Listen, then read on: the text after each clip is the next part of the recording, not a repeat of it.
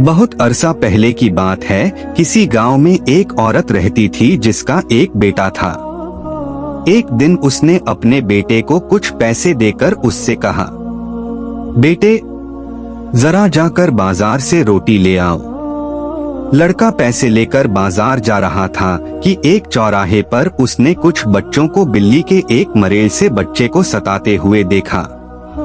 उसे बिल्ली के बच्चे पर रहम आ गया और उसने बच्चों से पूछा, अरे बच्चों, इस बिल्ली के बच्चे को बेचोगे? हाँ बेचेंगे, बच्चों ने जवाब दिया। क्या लोगे? लड़के ने पूछा। जो जी चाहे दे दो, बच्चों ने कहा। लड़के के पास जितने पैसे थे सब देकर उसने बिल्ली के बच्चे को ले लिया और उसको गोद में उठाए वापस घर आया। माँ ने पूछा, ले आए रोटी? रोटी तो नहीं लाया, बिल्ली के एक बच्चे को लाया हूँ, लड़के ने जवाब दिया। अरे क्या कह रहे हो बेटे, ये तुमने क्या किया? माँ ने हैरान और उदास होकर कहा। लड़के ने सारा हाल अपनी माँ को सुनाने के बाद कहा, माँ कोई बात नहीं, एक दिन रोटी खाए बगैर ही रह लेंगे। दूसरे दिन माँ ने लड़के को फिर कुछ पैसे देकर कसाई की दुकान पर भेजा। रास्ते में सड़क पर लड़के ने देखा कि कुछ लोग एक पिल्ले को पत्थरों से मार रहे हैं।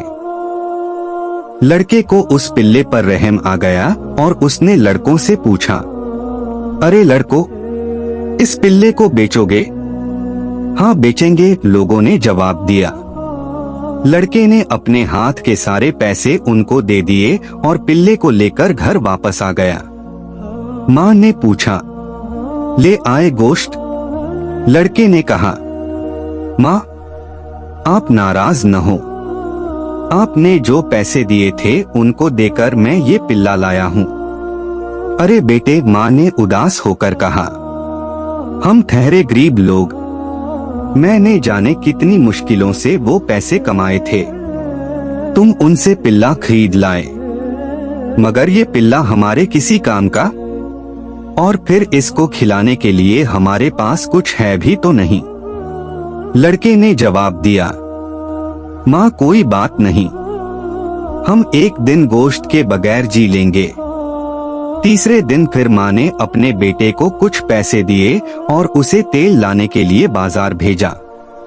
वो सड़क पर चला जा रहा था कि अचानक उसने देखा कि कुछ लड़के चूहे के एक बच्चे को, जो चूहेदान में फंस गया था, सताने लगे थे।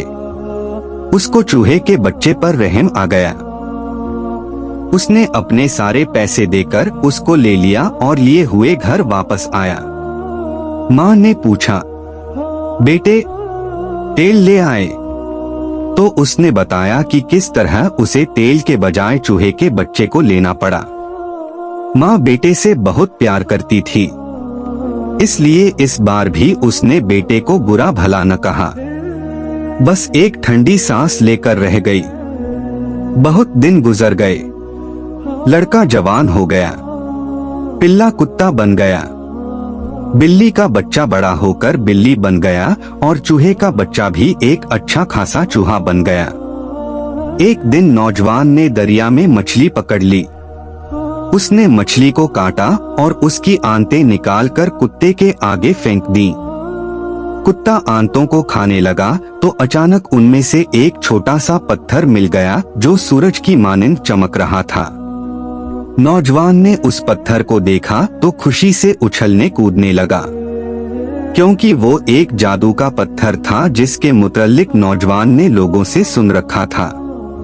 उसने पत्थर को उठाकर अपनी हथेली पर रखा। ऐ जादू के पत्थर, मुझे खाना खिला।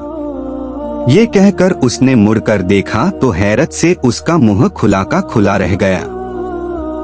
पलक झपकते में उसके सामने एक बेशकीमत दस्तरख्वान पर ऐसे अनोखे और लजीज खाने चुने हुए थे जिनको उसने कभी ख्वाब में भी नहीं देखा था।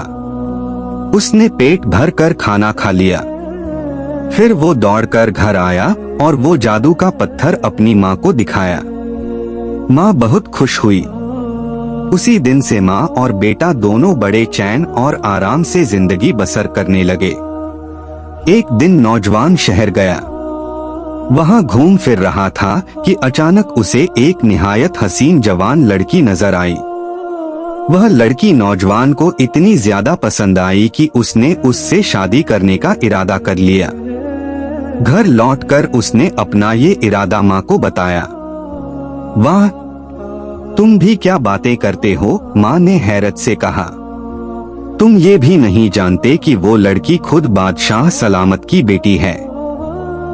न बाबा, मैं पैगाम लेकर बादशाह के पास कभी नहीं जाऊंगी।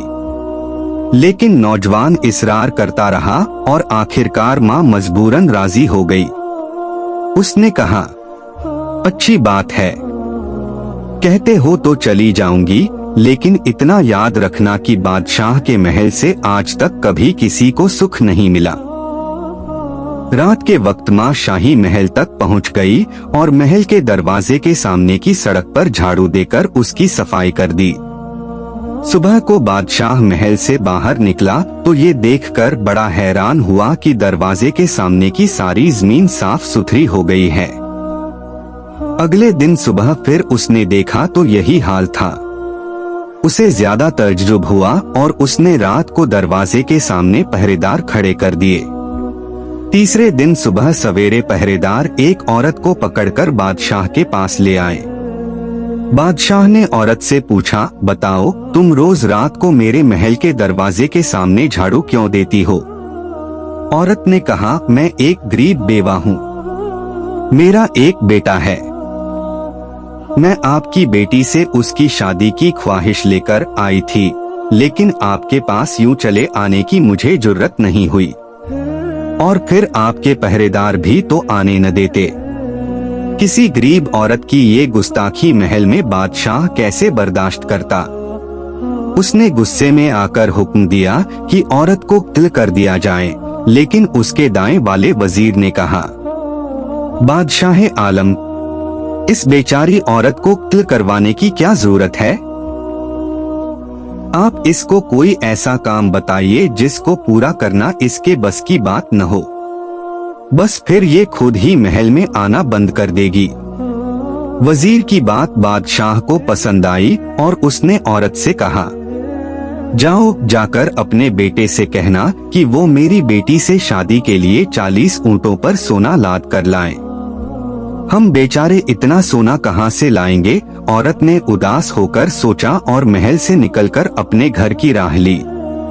घर लौटकर उसने बादशाह की शर्त अपने बेटे को बताई तो उसने माँ से कहा, अम्मी जान, आप फिक्र न कीजिए।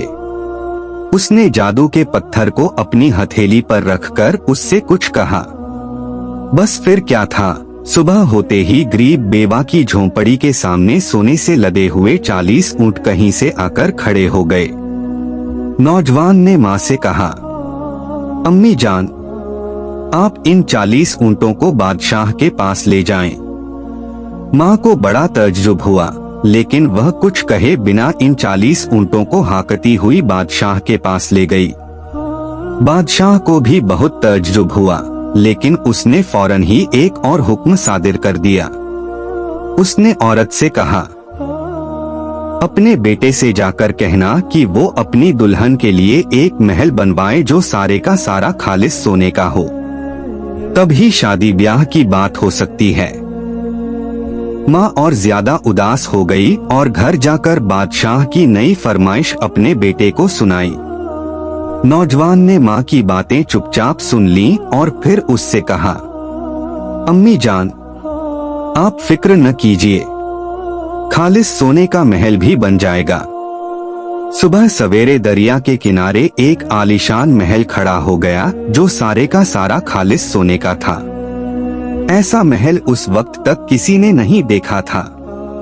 माँ ने बादशाह के पास जाकर कहा, बादशाह आलम, लीजिए, महल तैयार है, जरा बाहर चलकर इसको देखिए। तो बादशाह अपने वजीरों के साथ बाहर आया और महल देखकर हक्का बक्का रह गया। अब तो उसे टालमटोल करने की कोई सूरत नजर न आई और उसने गरीब नौजवान से अपनी बेटी की शादी कर दी। बादशाह के महल में एक चुड़ैल रहती थी। उसने राज मालूम करने का अहद किया कि एक गरीब ने रातों रात ऐसा आलीशान महल कैसे बनवा लिया, वो भी सोने का। ये अहद करके वो मिजाज पुरसी के बहाने शहजादी के पास आई और उसको इस बात पर तैयार कर लिया कि वो अपने शौहर से किसी तरह ये राज मालूम करे। चुनांचे अपनी बीवी के इसरार पर नौजवान ने बताया, मेरे पास जादू का एक पत्थर है, इसकी मदद से मैं जो कुछ चाहूँ हासिल कर सकता हूँ। तुम इस जादू के पत्थर को कहाँ रखते हो? बीवी ने पूछा। मैं इसको अपने मुंह में ज़बान के नीचे रखता हूँ, नौजवान ने जवाब दिया। अगले ही दिन शहजादी ने ये सब बातें चुड़ैल को बता दी। उसी रोज रात को नौजवान गहरी नींद सो गया तो चुड़ैल ने आहिस्ता से उसके मुंह से जादू का पत्थर निकाल लिया और फौरन उसको हुक्म दिया, ए जादू के पत्थर, सोने के महल को शहजादी के साथ ही बादशाह के बाग में कर दो और गरीब नौजवान को पहले जहां था वहीं पहुंचा दो। एक ही लम्हे बाद सोने का महल बादशाह के बाग में खड़ा था। नौजवान ने आंखें खोली तो उसने देखा कि न महल है न शहजादी और वह खुद अपनी बोसीदा झोंपड़ी के अंदर पड़ा हुआ है। पास ही उसकी माँ बैठी रो रही है और एक कोने में कुत्ता, बिल्ली और चूहा उसकी तरफ देख रहे हैं।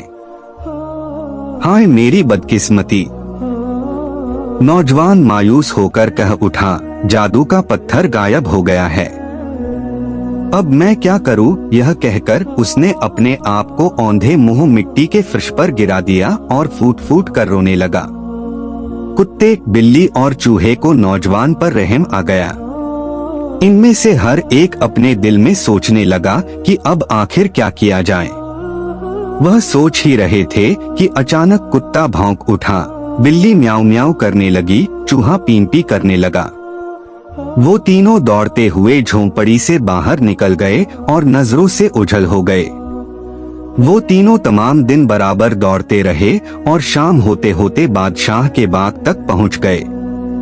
उन्होंने नजरें उठाकर देखा तो दीवार के उस तरफ नौजवान का सुनहरा महल चमक रहा था।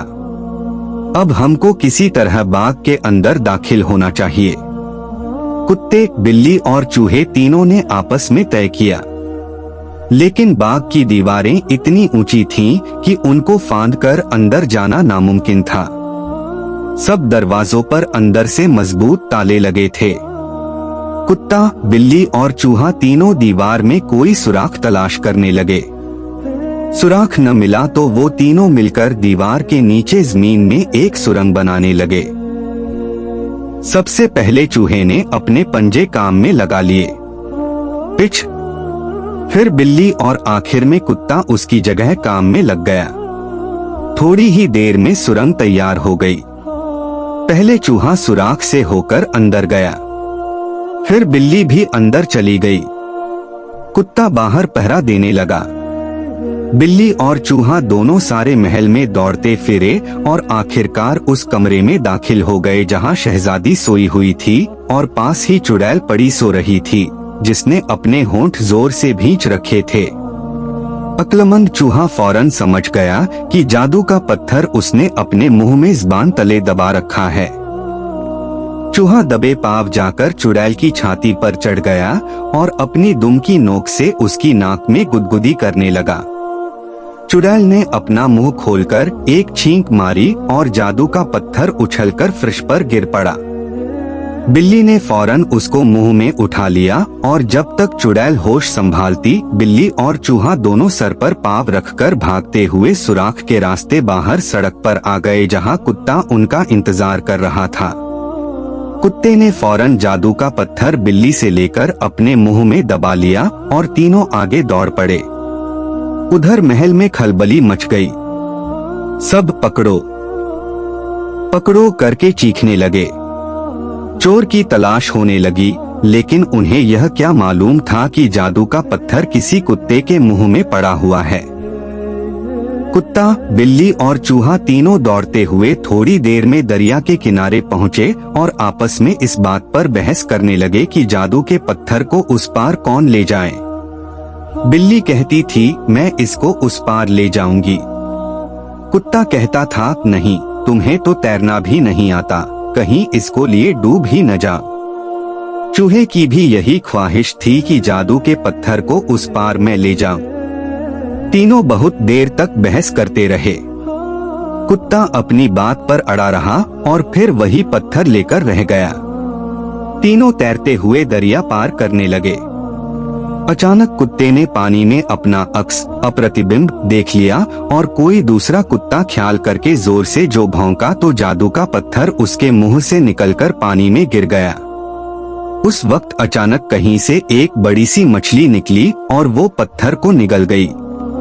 मैंने कहा था ना कि पत्थर को तुम हरगिज न ले जाना, बिल्ली ने मायूस होकर कुत्ते से कहा। अब वो तीनों परेशान थे कि क्या किया जाए। अपने मालिक के पास खाली हाथ जाना नहीं चाहते थे। नजदीक में मछुआरों की एक बस्ती थी। वो तीनों हैरान परेशान चलते हुए उस बस्ती में गए। तीनों को बहुत भूख लगी हुई थी।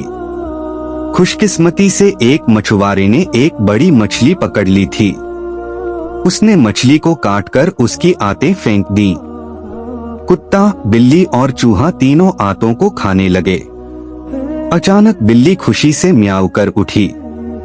मालूम हुआ कि मछली की आंतों में उसको अचानक कोई चमकीला पत्थर मिल गया है। तीनों ने उसको जरा गौर से देखा तो पता चला कि उन्हीं का जादू का पत्थर है।